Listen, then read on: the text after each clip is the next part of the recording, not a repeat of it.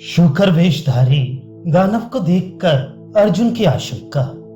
भगवान शंकर के प्रस्थान करने के अनंतर इंद्रपुत्र अर्जुन ने उस शूकर वेशधारी दानव को शीघ्र ही देख लिया, जो अपने विशाल शरीर से पर्वतों को भी खंड खंड कर देने में समर्थ मालूम पड़ रहा था और जिसकी सुदृढ़ दाढ़ों से उसका मुख अत्यंत भयंकर दिखाई पड़ रहा था।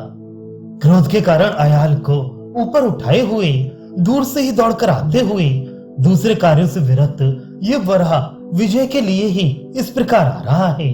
इस प्रकार की आशंका करते ही अर्जुन के मन में अनेक प्रकार के तर्क वितर्क होने लगे। अपने कठोर थूथन से किसी वृक्ष के मूल भाग को विदीर्ण करने वाला एवं अपने निविड़ स्कंध के घर्षण से पर्वत की शिलाओं को भी तोड़ने वाला यह अकेला वराह अपने युद्ध से अलग होकर मुझसे युद्धार्थ मानो चुनौती देने के लिए मेरे सम्मुख आ रहा है। इस आश्रम में मेरी तपस्या के प्रभाव से क्रूर व्याघ्रादि जंतुओं ने प्राणी हिंसा करके अपनी जीविका चलाना छोड़ दिया है, किंतु ये वराह तो मेरे साथ उसी हिंसा वृत्ति का व्यवहार करना चाहता है। क्या ये भावना मेरे मन में इसलिए तो नहीं उठ रही कि मेरी तपस्या भंग हो गई है, अथवा ये किसी दैत्य की कोई माया है, अथवा मेरे प्रति इसका पूर्व जन्म का कोई शत्रुता संबंधी प्रबल क्रोध है, जो कृतज्ञता की तरह इस जन्म में भी इसका संग नहीं छोड़ रहा है। अन्यथा अपने सहज विरोधी अन्य जीवों को समीप में ही छोड़कर ये बड़े वेग से मेरी ही ओर क्यों दौड़ा चला रहा है। ये वराह नहीं है, निश्चय ही मेरे प्राणों का ग्राहक कोई अन्य है, क्योंकि इसे देखकर मेरा मन बारंबार ऐसा ही कह रहा है। सच है, चित्त का प्रसन्न और कलुषित होना ही मित्र अथवा शत्रु होने की सूचना दे देता है। अर्थात जिसे देखते ही चित्त प्रसन्न हो जाता है वही मित्र है, और जिसे देखकर वह कलुषित हो जाता है वही शत्रु है। मैं मुनि हूँ, अतः मुझ अनपकारी को किसी से क्या भय है।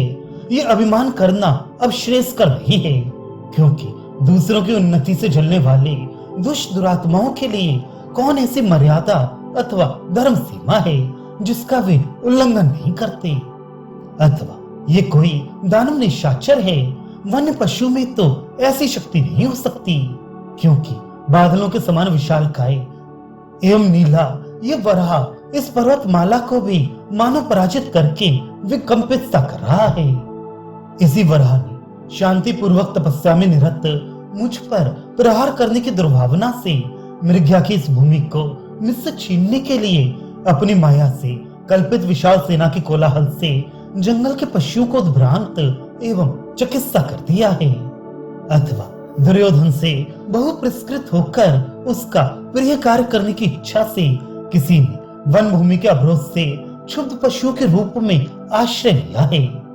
अर्थात उसने मन में यह सोचा होगा कि यदि मैं किसी दूसरे वेश में वहां जाऊंगा तो मेरे कार्य संपादन में ये जंगली पशु ही विघ्न डालेंगे, अतः मैं भी जंगली पशु ही बनकर क्यों न जाऊं और इस प्रकार से दुर्योधन का प्रिय कार्य संपादन कराऊं।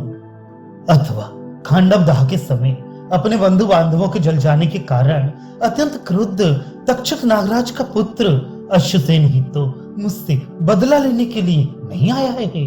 अथवा ये भीमसेन के द्वारा अपकृत कोई व्यक्ति हो सकता है जो क्रुद्ध होकर बदला चुकाने के लिए मेरे पास आया हो। तात्पर्य है कि पांडवों ने खांडव वन को जलाते समय नागराज तक्षक के पुत्र अश्वसेन के बंधु बांधवों को उसी में जला डाला था। वे बेचारे आग के भय से बाहर निकलकर भागना चाहते थे, किंतु पांडवों ने अपने बाणों से उन्हें रोककर उसी वन में पुनः वापस लौटने के लिए विवश कर दिया था। खैर, जो भी हो, ये मायावी वराह हो अथवा यथार्थ में जंगली शूकर ही हो, अत्यंत बलवान होने के कारण ये मुझे मारना तो चाहता ही है। अतः मुझे इसको मारना चाहिए, क्योंकि पंडित लोग शत्रु के संहार को ही परम लाभ बतलाते आए हैं। हे वत्स, क्षुद्रान्वेषी शत्रुओं को अपने आश्रम में प्रवेश का अवसर न देते हुए विजय के लिए तपस्या करना, इस प्रकार का उपदेश मुझे मुनिवर व्यास जी ने दिया था। अतः इस परम बलवान वराह के वध के अतिरिक्त किसी अन्य उपाय द्वारा मेरे व्रत की रक्षा नहीं हो सकती। दुष्टों का दमन करने के लिए यदि हिंसा का भी प्रयोग करना पड़े तो इसमें दोष नहीं है। अर्जुन ने इस प्रकार का तर्क वितर्क करने के अनंतर अपने गांडीव नामक धनुष को, जो प्रथम पौरुष चिन्ह के रूप में था, ग्रहण किया एवं तदनंतर शत्रुओं के वध करने में ज्ञात पराक्रम वाले एक सरल एवं निर्दोष बाण को भी मंत्रों के समान ग्रहण किया।